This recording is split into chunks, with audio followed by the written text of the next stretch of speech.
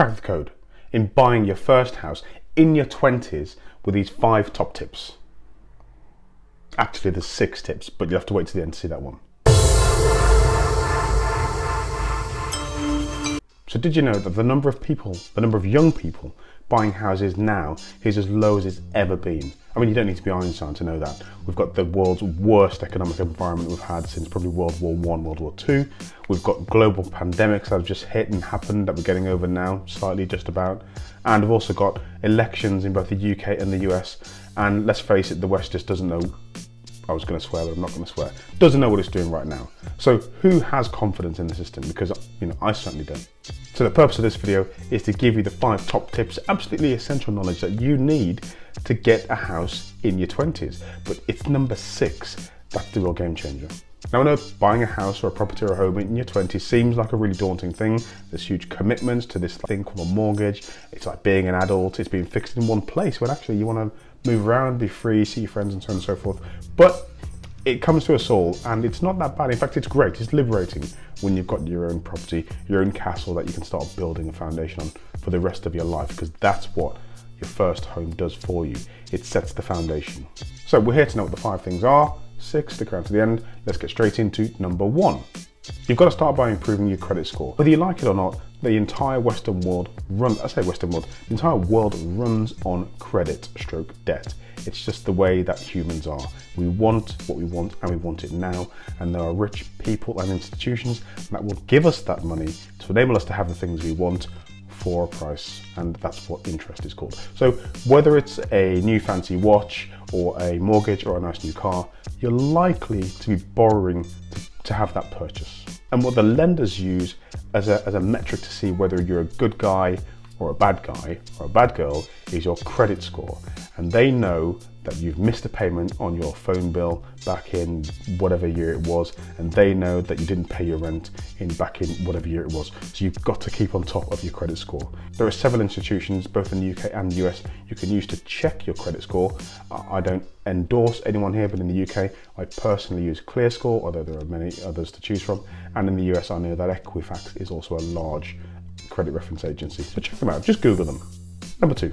Saving diligently is really important. Now listen, before you switch off, I know how difficult it is to save. You've got bills to pay now, you've got rent to pay, you've got food to buy, you've got social things you've got to be involved in. You've got to live life, right? So where does this savings come from? You've got to make it happen. I'm sorry, because that's just the way the world works. And the reason why it's important is because those lenders, those institutions I spoke to you about before, when they say we're going to lend you this money to buy a property, there are certain brackets that those mortgages fall into. So if you want a 100% mortgage, if you can get one nowadays by the way, and if you can, leave a comment below and let me know how and where you get that from, then the interest rate on that mortgage, that borrowing, is likely to be higher because the bank's taking all the risk. You can just walk away from that borrowing, that mortgage, and the bank is left with this house you bought that it doesn't really want, to be honest with you, and it will probably sell that off at a loss at an auction somewhere. So if you can borrow 25%, let's say, that's a great bracket or window, or even more, then it brings you down the risk table from that lender, from that institution. So generally people start to save 10% deposits, but 25% is a real sweet spot. If you can get there, it's a real bracket shift in terms of how much interest you'll be charged by the lender. And the reason why that's important is because there are 2 huge bills you're going to pay in your life. One is your tax bill. You can't escape it. It's the biggest bill without far. You pay it as soon as you start earning and working. It's horrendous. And then the second biggest bill is interest on your debt. So it's imperative you get this as low as possible.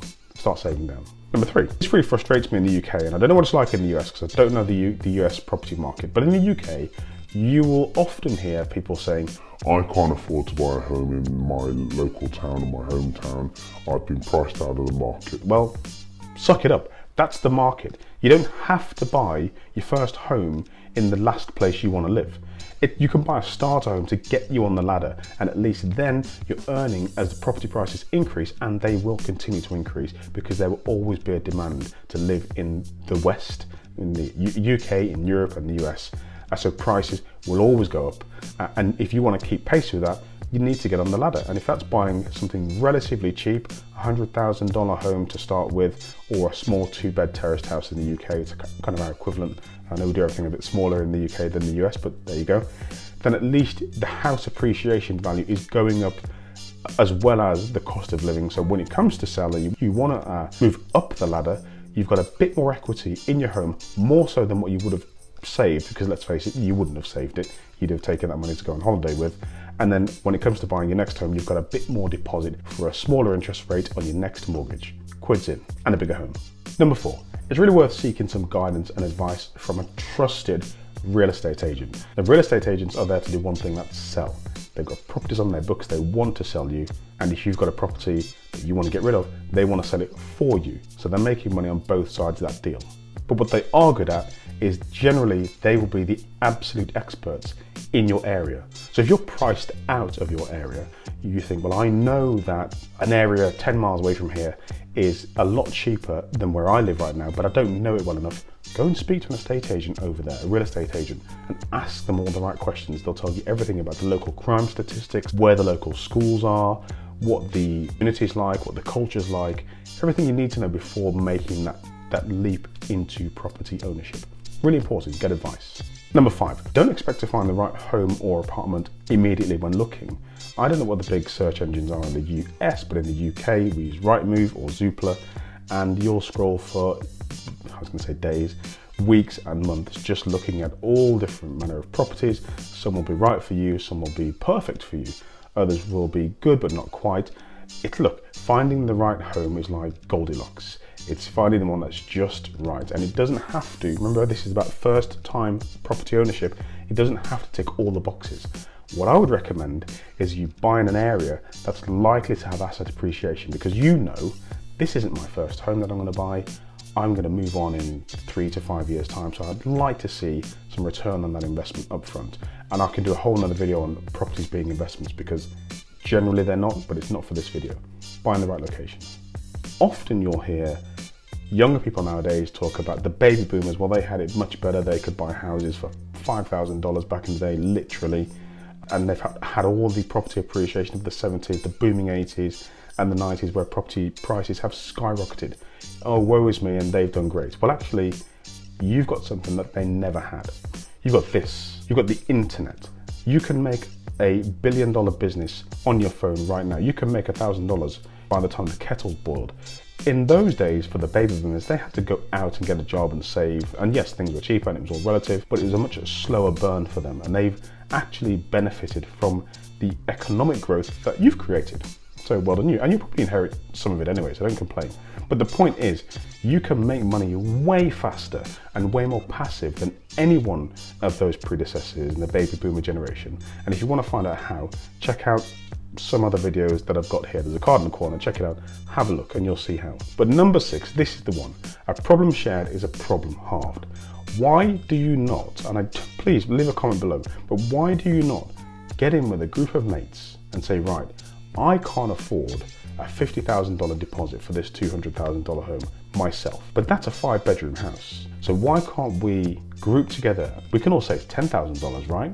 If we work hard for a year or two, and then use that money to buy the property together. Everybody's name goes on the title deeds, so it's really clear up front. It's very clear what the outcomes of this process is. We want to get on the ladder, we want to get some price appreciation, we want to start saving the money lost in rent and paying down on a mortgage, so it's an automatic savings account. And then at the end of that, when we've got some price appreciation in the property, we're going to sell and we're going to split the money out, and we'll have enough deposit, hopefully, to go and do our own thing. Share the problem. It's called economies of scale. And if you can do this, you'll save yourself an absolute fortune, and you'll be jump-starting your journey onto the property ladder and subsequent steps going later on. That is really powerful. So they're really, the first 5 are really property basics. You should really know that already. And if you didn't, it's fine. It's just a refresher now. But number 6, I really encourage you to try that. Now, don't go into it lightly, of course. They've got to be really trusted friends or companions, and you've got to know how long this is, what the arrangement is, involve a lawyer, get things written down, and even have an exit. You know, we'll look at this, or we'll exit at year 2, year 5, or whatever. I mean, to be honest with you, you're going to be growing up in this time as well. So think about all the things that could cause issues in the future, because the best time to negotiate these things is up front when you're all smiling and all friendly, not when things go wrong down the line and actually we're trying to unpick a problem. But listen, number 6 is a great one. Hopefully some of you guys try this out. If you do, let me know what you think about the process. A note in the comments. Do share this video as well with anyone that you'd be looking to get on the property ladder. And don't forget to like and subscribe, of course. Now, the YouTube algorithm is insisting, because it's always listening, that you watch these videos next, and look, who am I to disagree? So I'm going to step back. Enjoy the rest of your day. Take care. Bye now. You still here? Well, as a reward for sticking around, here are some extra tips on getting on the property ladder in your 20s. You can consider a co-signer. A lot of banks and lenders out there will agree to lend you money at a level that's more than the normal ratio of income that you have if you've got a guarantor or a co-signer. Now, be clear, and they will know this as well, and it should be explained to you that anyone that co-signs for your mortgage is liable for that debt. So it's a very, very high, not risk, but there's a lot of responsibility associated with that. So go into that very carefully, and your co-signer usually might be your parents or grandparents, so you'll have a decent relationship, hopefully, when going into that relationship, but it's an option. You can explore first-time buyer programs. Now, governments across the world know, especially in the West, that getting on the property ladder is super difficult, right? So they do incentivize financial institutions with first-time buyer programs. Now in the UK, there is a first-time buyer scheme.